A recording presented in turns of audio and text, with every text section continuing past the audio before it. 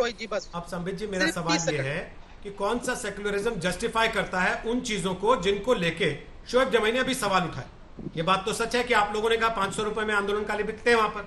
ये बात भी सच है कि आप लोगों ने कहा कि साहब बिरयानी खाने के लिए बैठते हैं वहां सब आके। इसमें झूठ तो नहीं है। और वो ये जस्टिफिकेशन दे रहे हैं क्योंकि आपने गालियां दी थी उस समय, तो आज हसीन जहां को गाली दे रहे हैं हमारे लोग। देंगे, आपको भी देंगे। चलिए मैं उसका उत्तर देता हूं। देखिए 500 रुपए और बिरयानी की कहानी तो सच्चाई है। मैं अभी सीना ठोक के कहता हूं कि ये बिरयानी पे बिके हुए लोग थे। और 500 रुपए इनका तो एक आदमी बोल रहा था कि अल्लाह ताला रोज रात को प्रकट कर देते हैं, पैसा अपने आप ही प्रकट हो जाता है और पैसा बट बिरयानी भी प्रकट हो जाती है।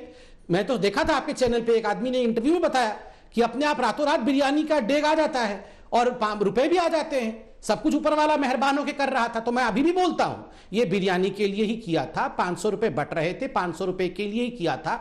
500 रुपए के लिए किया और किसी को रेप कर देने की धमकी देना, दोनों में फर्क है भैया।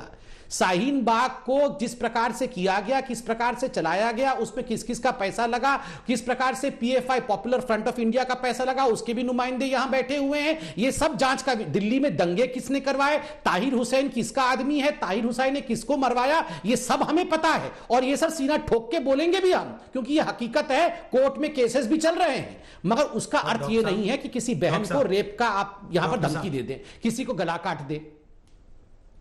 जी मेरा सवाल यही था कि ये सारी चीजें एक तरफ हैं, तस्लीम रहमानी, इस सब से हसीन जहां का क्या लेना देना? दिल्ली में दंगा हुआ, उसकी जांच हो रही है, कहां से पैसा आया, किसने लगाया, वो कौन लोग थे, क्या करेंगे, वो सारी बातें अलग हैं। जी बोल लीजिए हसीन जी, पहले बोल लीजिए। बहुत गौर से सुन रहा हूँ। एक सेकंड रहमानी साहब, हसीन जहां कुछ बोल रही है वो बोल लें, फिर आपके पास आ रहा हूं। तस्लीम साहब थोड़ा सा रुकते हुए हसीन जहां कुछ इंटरव्यू करना चाहते हैं। मुझे जस्ट शोएब भाई से मैं एक सवाल करना चाहूंगी। हमारा मुस्लिम समाज है जो मैं मुस्लिम समाज की लड़की हूँ, मुझे पता है बहुत सारे मुस्लिम समाज हैं जो अभी भी बहुत आज के जनरेशन में चलते हैं, लड़कियों को बहुत पढ़ाते लिखाते हैं, बहुत है, लेकिन इसके परसेंटेज बहुत थोड़ा है। अगर औरत अगर आगे बढ़ना चाहती है, औरत अगर घर से निकल के कुछ करना चाहती है, औरत अगर बुर्खा में नहीं रहना चाहती, तो मुस्लिम समाज ये कहता है कि तुम घर की जीनत हो, घर में रहो। जहाँ औरत घर से बाहर पैर निकाल देती है तो उस औरत को कहा जाता है कि तुम बाहर की जीनत हो गई हो, क्योंकि तुम घर से बाहर तुमने पैर निकाल दिया। तो एक बात तो शोएब भाई मुझे जवाब दीजिए, जब औरतें घर की जीनत है, जब औरत घर की जीनत है, औरतों को जब आप जबरदस्ती बुर्खा पहनाते हैं और उसके बाद अगर वो बुर्खा नहीं पहनती है तो उसके कैरेक्टर पे उंगली उठाया जाता है, हमारा इस्लाम समाज, हमारा जो मुस्लिम समाज उस पे उंगली उठाती है, तो उस घर की जीनतों को शाहीन बाग में क्यों बैठाया गया? इसलिए बैठाया गया क्योंकि अगर वहां पे मर्द धरने पे बैठते, रुक जाइए मेरी बात को खत्म कर दीजिए, अगर मर्द वहां पे धरने पे बैठते तो वहां पे प्रशासन एक्शन लेती, वहां पे गवर्नमेंट एक्शन लेती। तो अपने आप को बचाने के लिए मुस्लिम के लोग जो है, मुसलमान कट्टरपंथी लोग बोल सकते हैं या मुसलमान कम्युनिटी के लोग बोलते हैं, अपने आप को बचाने के लिए औरतों को इस्तेमाल किया, तो फिर वो औरतें शेरनी हो गई।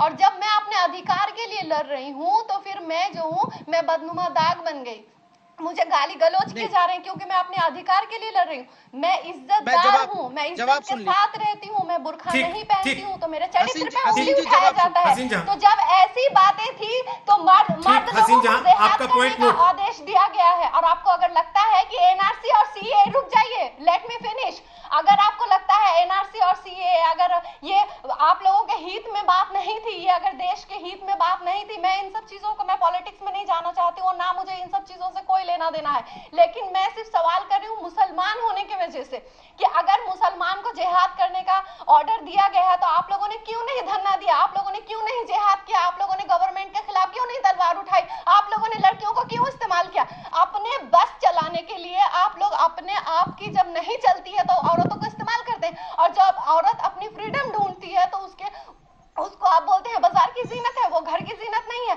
बाहर है। आप लोगों की मतलब आप लोगों की मनमर्जी चलेगी यहाँ पे शोएब भाई? ये कौन सी कम्युनिटी बना के रखा है आप लोगों ने, कैसा दिन बना के रखा है आप लोगों ने कि आप लोगों के हित में बात आए तो औरतों को शेरनी बना दे, और जब हमारे हित में बात आए तो हमें आप रोहित भाई ऐसे नहीं चलेगा। ठीक हसीन जहां, रोहित भाई जवाब ले लीजिए। देखिए दो तरफा होने चाहिए। हसीन जहां, हाँ, हसीन ऐसे जी। तो कैसे चलेगा शोएब भाई, क्योंकि आप वो बोल रही हैं और आपको बुरा लग रहा है, तो ऐसे कैसे चलेगा? आप जब नहीं, लगातार मैं बोल रहे बस- थे 10 मिनट तक तो सब ठीक था। अभी तो नहीं, तस्लीम साहब बोले नहीं, मैंने खान साहब कौन बोले सी नहीं, गलत बात सुबुही खान कही? बोली नहीं मैं अभी तो। बहनों के आपको खिलाफ 10 मिनट नहीं सुना बोल शोएब भाई हमने भी। जो शाहीन उनकी बात का सीधा जवाब दीजिए ना। तो मुझे जवाब देना उनकी बात का सीधा जवाब दीजिए शोएब। मुस्लिम कम्युनिटी के मैं खिलाफ मैं हूं आपकी बहुत ठीक, मैं हसीन जहां आपकी जवाब बहुत सुन इज्जत लीजिए। करता हूं। जवाब दीजिए, हसी- जब हस- ये हस- जिहाद हसीन है, जहां जवाब खुद सुन लीजिए, वो जवाब खुद देना। खुद कटते और खुद मरते, औरतों को क्यों इस्तेमाल किया आप ओके। लोगों ने? अभी शेरनी बन गई, अरे भाई, और जब क्या अपने बात है? अधिकार के ये लिए ऐसे वो डिबेट बाहर होती है। बाहर ओके। जाए तो वो बाजार की ठीक, हसीन क्यों जहां करती अब जवाब है? सुन लीजिए। को बदनाम करेंगे ये। बोलिए शोएब जमी, सुनिए। जवाब दीजिए। एक मिनट हसीन बहन, जवाब देखिए, दीजिए मैं शोएब आपकी बड़ी जमी। इज्जत करता हूँ। शोएब जमी, जवाब दीजिए।